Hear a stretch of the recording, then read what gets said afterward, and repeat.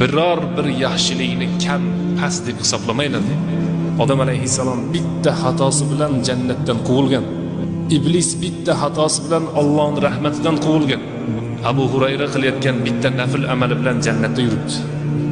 Payg'ambarimiz sollallohu alayhi vasallam hadisda Bani Isroildan bo'lgan bir zinokor ayol itga suv bergani uchun jannatga kirib ketdi dedi.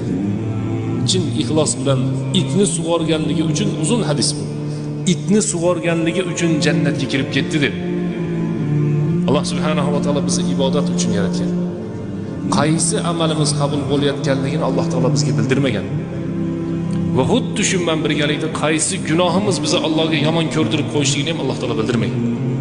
Shuning uchun har bir ibodatni qilayotgan paytda balkim shu ibodatim, shu amalim Alloh taologa yoqib qolarmikin deb niyat qilaylik. Xuddi shu bilan birgalikda har bir gunohni qilayotgan paytda balkim shu gunoh meni Allohning rahmatidan uzoqlashtiradi.